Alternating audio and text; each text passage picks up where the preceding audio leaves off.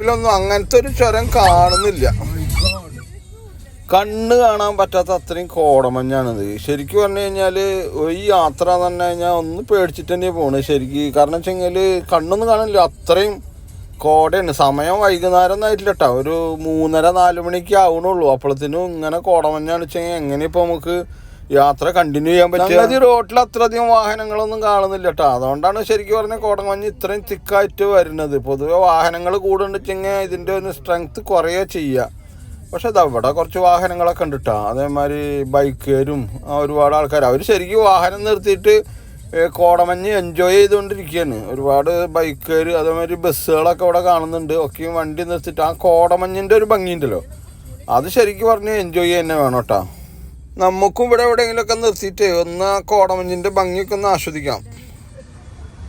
ഇവിടെ മൊത്തം അക്കേഷ്യ മരങ്ങളാണ് കേട്ടോ. ഈ അക്കേഷ്യ മരങ്ങളുടെ ഇടയിൽ ഇങ്ങനെ മഞ്ഞ് നിറഞ്ഞു കിടക്കുന്ന ഒരു കാഴ്ച ഉണ്ടല്ലോ, അതൊരു ഒന്നൊന്നര കാഴ്ച തന്നെയാണ് കേട്ടോ. ഒരുപാട് അക്കേഷ്യ മരങ്ങളാണ് ഇവിടെ ഉള്ളത്.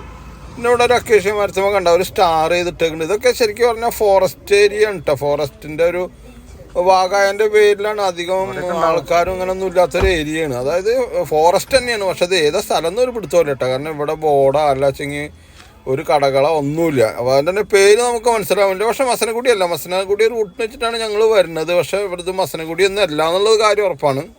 ശരിക്കും പറഞ്ഞാൽ ഞങ്ങൾ നിലമ്പൂരിൽ നിന്ന് നാടുവാണിച്ചുരം കയറി ഗൂഡല്ലൂർ പിന്നെ മസനഗുഡി ഊട്ടി ആ ഒരു ട്രിപ്പാണ് ഞങ്ങൾ പ്ലാൻ ചെയ്തിട്ട് ഇറങ്ങിയത്. അതേ രീതിയിലാണ് നമ്മൾ മാപ്പ് ഇട്ടിട്ട് പോകുന്നത്, ഗൂഗിൾ മാപ്പ്. പക്ഷേ ഈ ഗൂഗിൾ മാപ്പ് ഗൂഡല്ലൂരിൽ നിന്ന് നമ്മളെ വഴി തെറ്റിച്ചു. അത് വേറെ എവിടേക്കാണ്ടാണ് ഇപ്പോൾ പോണത്. ഏത് റൂട്ടാണ് ശരിക്കും മസനഗുഡി വേറെ റൂട്ടാണ് കാണിക്കുന്നത്. പക്ഷേ വഴികളൊക്കെ സംഭവം തന്നെയാണ്. അടിപൊളി റോഡാണ്. റോഡ് കുറച്ച് ചെറിയ റോഡാണ്, എന്നാലും വലിയ വെട്ടും കൊണ്ടൊന്നുമില്ല. പക്ഷേ റോഡിൻ്റെ രണ്ട് സൈഡിലും ഫോറസ്റ്റും കാര്യങ്ങളൊക്കെ ഉണ്ട്. പക്ഷേ മസനഗുഡിയും ഫോറസ്റ്റും കാര്യങ്ങളൊക്കെ തന്നെയാണ് ഞാൻ കേട്ടിട്ടുള്ളത്. പക്ഷേ ഇത് കുറച്ചൊരു വ്യത്യാസമുണ്ട്. മൃഗങ്ങളൊന്നും കാര്യമായിട്ടൊന്നുമില്ല. പക്ഷേ ഇവിടെ അക്കേഷ്യ മരങ്ങളാണ് ഇതിൻ്റെ ഈ സൈഡിലൊക്കെ കാണാനുള്ളത്.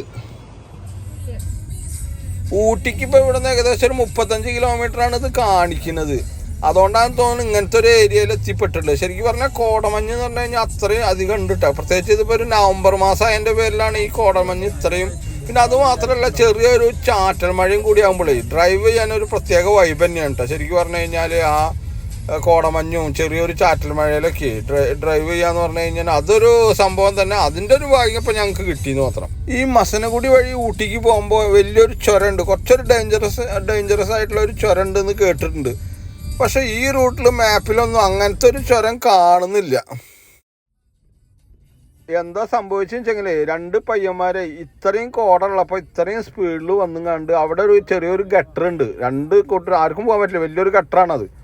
അവിടെ ബ്രേക്ക് ചെയ്തപ്പോൾ രണ്ടും കെട്ടിമറിഞ്ഞ് വീണു. പക്ഷേ എന്തോ ഭാഗ്യത്തിനൊന്നും പറ്റിയില്ല. കാരണം രണ്ടുപേർക്കും ഹെൽമെറ്റും അതേമാതിരി സേഫ്റ്റി ഡ്രസ്സൊക്കെ ഉണ്ടായിരുന്നു. അവരും ടൂറിസ്റ്റുകൾ തന്നെയാണ്, ബൈക്കിൽ ടൂർ പോണ പിള്ളേരാണത്.